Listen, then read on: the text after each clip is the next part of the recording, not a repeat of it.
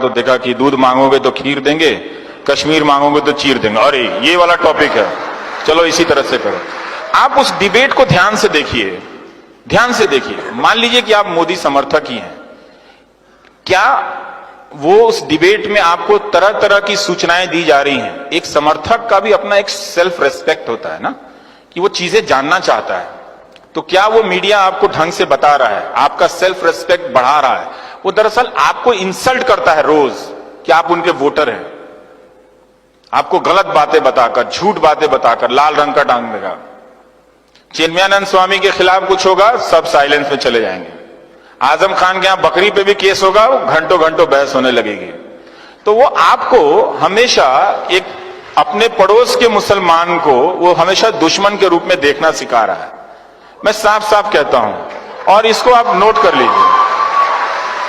और ये बात मैं लड़कियों से कहना चाहता हूं कि भाई देख लेना, जो लड़का किसी समाज से नफरत करता हो वो ना अच्छा पति बन सकता है, ना प्रेमी बन सकता है, ना भाई बन सकता है।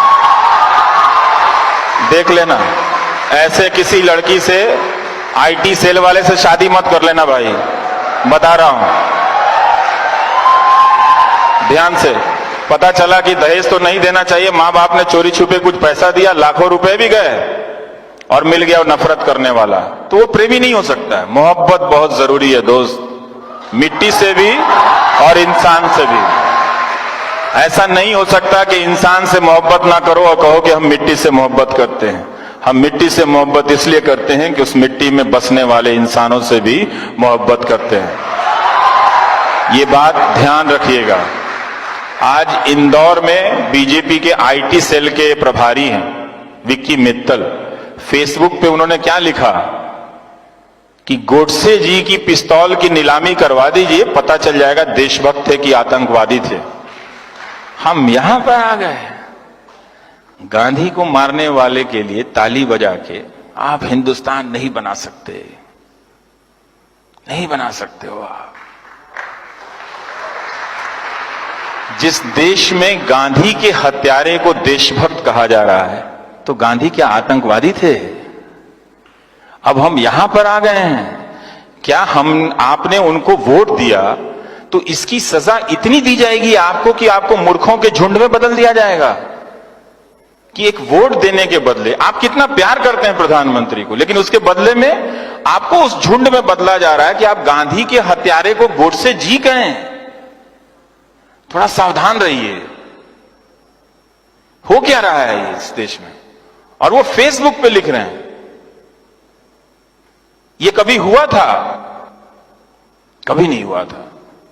क्योंकि ये पॉलिटिक्स, आईटी सेल और मीडिया ये मान के चलता है कि आपने अपनी बुद्धि स्थगित कर दी, आप में बुद्धि नहीं है। मैं नहीं मानता, मैं उनके वोटर को बहुत सम्मान से जानता हूं, मुझे मालूम है कि वो एक अलग तरीके से सोच रहे हैं, लेकिन उनसे, वो चूंकि उनको वोट देते हैं, उनसे बदला नहीं लिया जाना चाहिए। उनको सजा किस बात की दी जा रही है कि उनसे ये कहा जा रहा है, अब चूंकि तुम उनको वोट देते हो, तुम अब मुसलमानों से नफरत करने लगे हो, तो चलो अब गोडसे को भी गोडसे जी बोलो। फिर मालूम नहीं अगली बार अब आपसे क्या कराएंगे, आपके हाथ में बम दे देंगे, कहेंगे जाके फट जाओ कहीं पे, तुम नौकरी मत मांगो। ये मत कीजिएगा, ये मत कीजिएगा। ये शर्म की बात है कि हमारे देश में गांधी की हत्या हुई,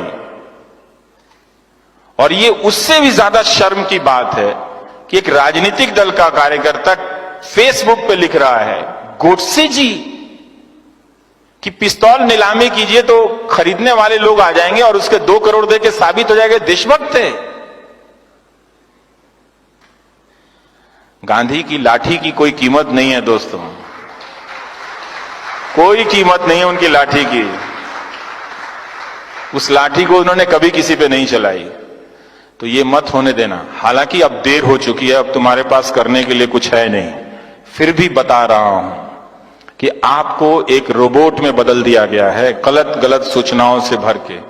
अब आपसे सिर्फ 2 ही काम लिए जाएंगे, समुदाय के नाम पे, धर्म के नाम पे आपको एक झुंड में बदला जाएगा कि आप जाओ उसको मार आओ, पहलू खान को, या फिर आप सुबोध कुमार सिंह को मार के आओ। उसे भी इंसाफ नहीं मिला, सुबोध कुमार सिंह को भी इंसाफ नहीं मिला। पहलू खान को भी इंसाफ नहीं मिला।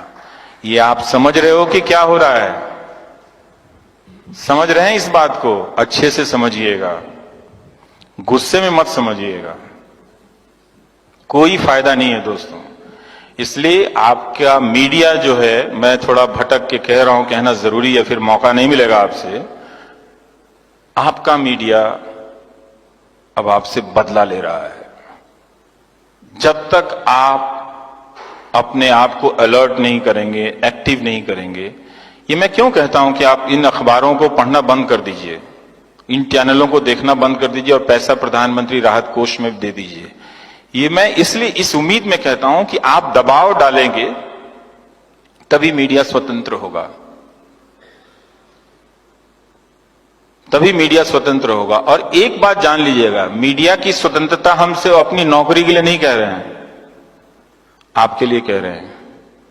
जब मीडिया नहीं होगा, आप नहीं होंगे, क्योंकि आपकी आवाज नहीं होगी।